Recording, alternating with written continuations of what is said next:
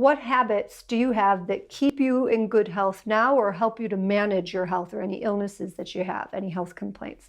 What are those good habits that you have? Now, given that health can come to the fore of our minds in the later years, for some of us actually much earlier than this for all kinds of reasons, let's reminisce for a bit on the body and health, okay? Because our bodies tell a story, don't they, right? And health can put a lot of things into perspective, can it? Of course, we hear people all the time kind of saying, I didn't appreciate my health when I had it, right? We hear that all the time. Or it feels so good to be feeling healthy again, you know, after a period of illness. Now, I remember an interesting kind of memory that I have is I remember sitting with an older woman during a meal many years ago, maybe 25 years ago or something. And we were in this beautiful restaurant with lovely music in the background. There's nice wine. You know, everything is perfect. It was a real event. She, though, was actually at the beginning stages of a terminal illness, and she couldn't actually really eat the meal, right? So she was managing, I think, like a little bit of soup, a little bit of bread, you know? And at one point in the meal, she sort of sat back a bit from the table and she sort of just put her hands in her lap, like she's kind of given up on the eating thing, you know?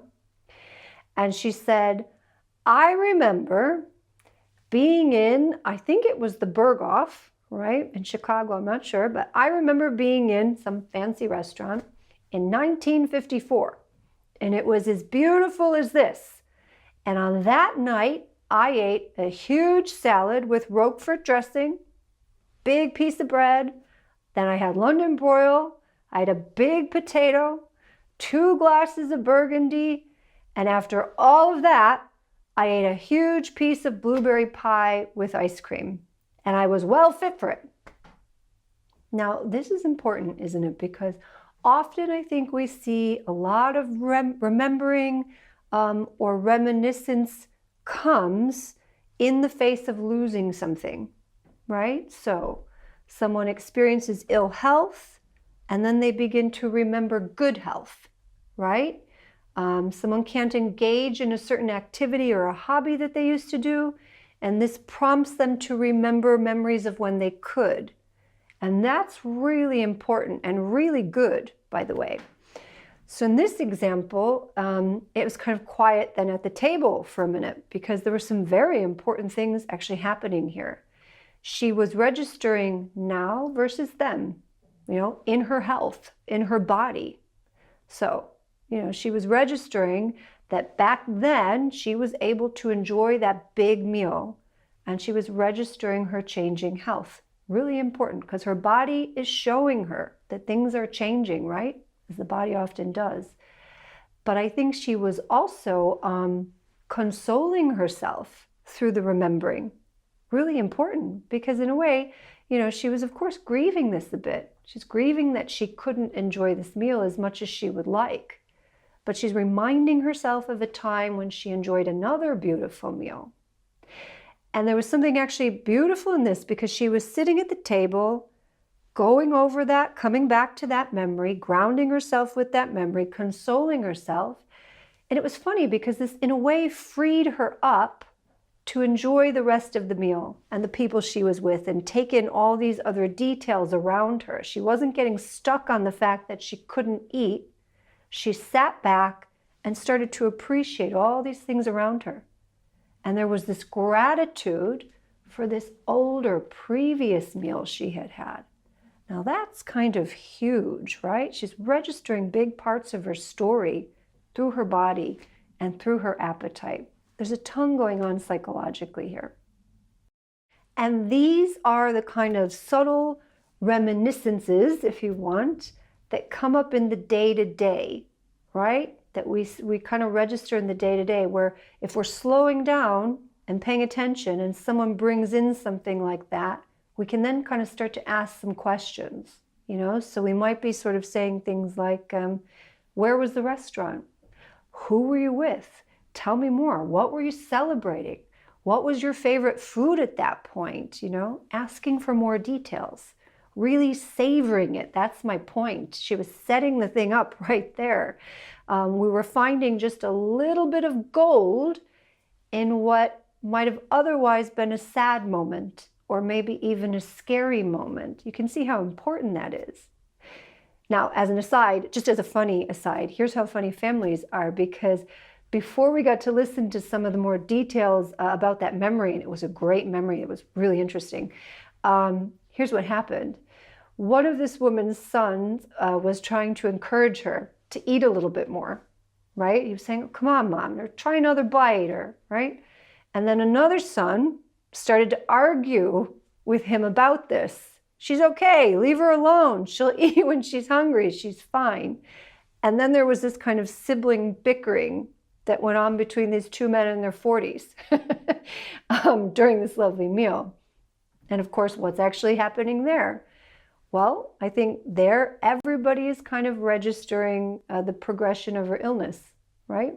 Everybody's feeling that a little bit, and it's a bit scary, and it's a bit unsettling. And we've talked about this before, you know, people can distract themselves through arguing or fighting, you know. And what can go on is we can lose focus on the needs of the loved one, right? You can see that kind of happening here. So here she's bringing this beautiful memory, and the job here is to ask more questions, get more information, get more details, get as much as we can, and savor that with her. Not lose our focus and get distracted into those kind of things that maybe seem to sort of distract us from the grief or the scariness or the uncertainty. Okay, so our relationship to our body, much like that woman, can tell us a lot about our life story. And it can tell us a lot about how we're living and how we're caring for ourselves or not caring for ourselves. And it can tell us a lot actually about how we are relating to our own mortality, right? So, for example, some people have terrible health fears when they're actually perfectly healthy, right? And other people have, you know, big symptoms and big health issues that they ignore until they're forced to confront them through some kind of illness, right? And then, of course, there are other people who are carrying around and managing some form of illness throughout their whole lives. And they can learn a lot about life through living with illness, through these regular reminders of their own mortality. So illness can teach us things, right? Apart from the suffering that comes with it, it can teach us things. It can teach us to go slower. It can teach us to be kinder to ourselves, to savor, to receive care. And it also teaches us that we're mere mortals, of course. So your body and your relationship to it is very meaningful. So here's a couple of questions to sort of prompt some reminiscing for us and help us to think about, you know, health and the body. Have you generally been healthy during the course of your life? How has your health changed throughout the course of your life, you know, at different points? How would you describe your relationship with your body? If you're going to describe it, how would you describe it? You know, does it feel like a good relationship? How have you treated it?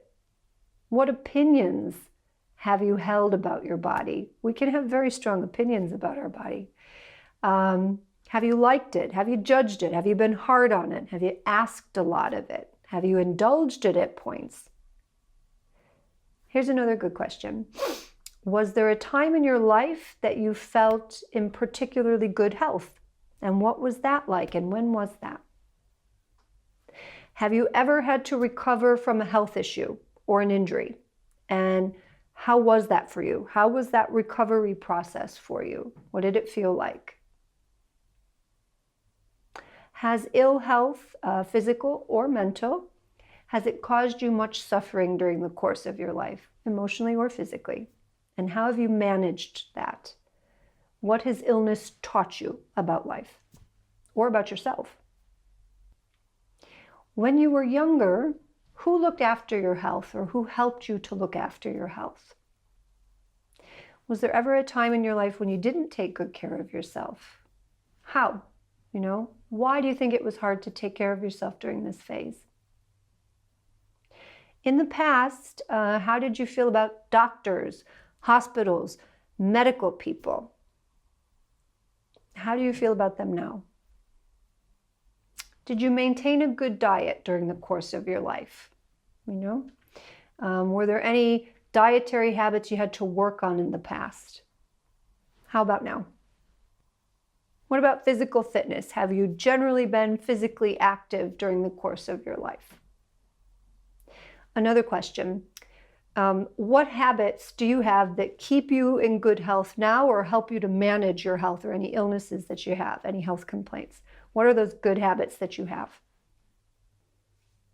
Now, is there any aspect of your health or your body that maybe you feel a little sensitive about, or something you might find difficult to talk about?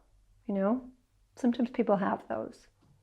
Have you ever hidden a health issue? Some people do. And why? Why do you hide it? Are there any specific health issues that run in your family? In the past, how did you see other family members deal with their health issues? What did you see? What did you notice? Was it good? Was it bad? Okay, here's a big question. Right now, what does your body want and need from you? If your body were to speak, what would it be asking for from you? I want you to fill in the following sentence as though the body is almost speaking to you. I know that's unusual if you've never done that before, but it's very helpful. Okay, so we're imagining that the body is saying to you, I really need, and what is the answer to that? How would you fill that in? And one last question. What do people around you right now need to know about your health?